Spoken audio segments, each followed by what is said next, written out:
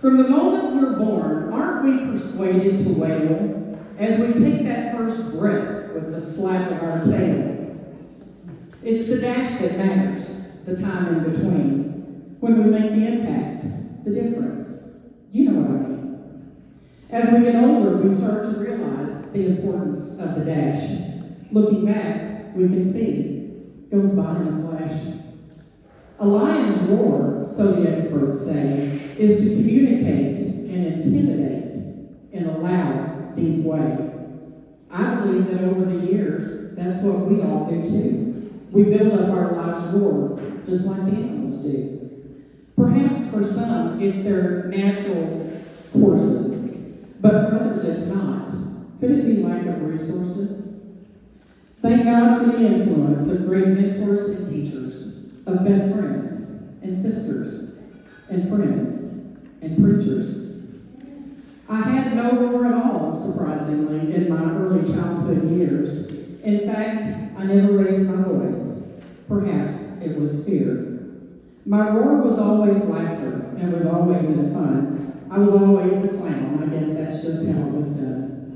If I roared at all, it was completely lighthearted, but I roared really loud if somebody farted. True story, still do.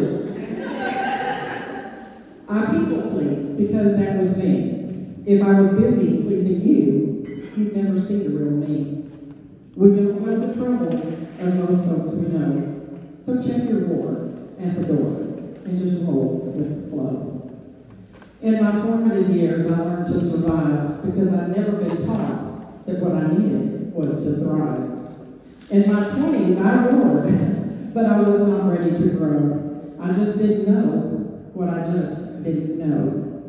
We have to remember that we're not all the same. Diversity and respect is the name of the game. My 30s, wow, shit, that was a roar.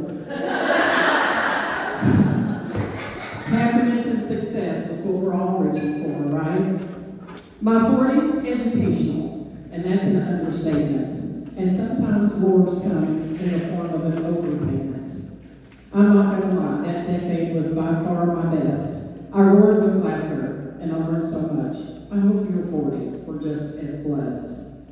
In my early 50s, shit, I lost my roar. And for a couple of years, I lost sight of the shore. It's okay to get lost, but don't stay there. And if all else fails, it's okay to swear. Let's talk about roar etiquette, especially as we retire. Simply put, respect and kindness never expire. If you're going to roar, please, nicely and face to face. In public and in social media, that just ain't the place. If you find yourself in a spot or a quandary, Facebook ain't the place for your stinky, dirty laundry. Politics and touchy subjects, just save those pups for later. Or heck, just keep it to yourself. No one likes a cantankerous debater. Lately, I'm seeing that more and more, some folks just simply cannot control their roar.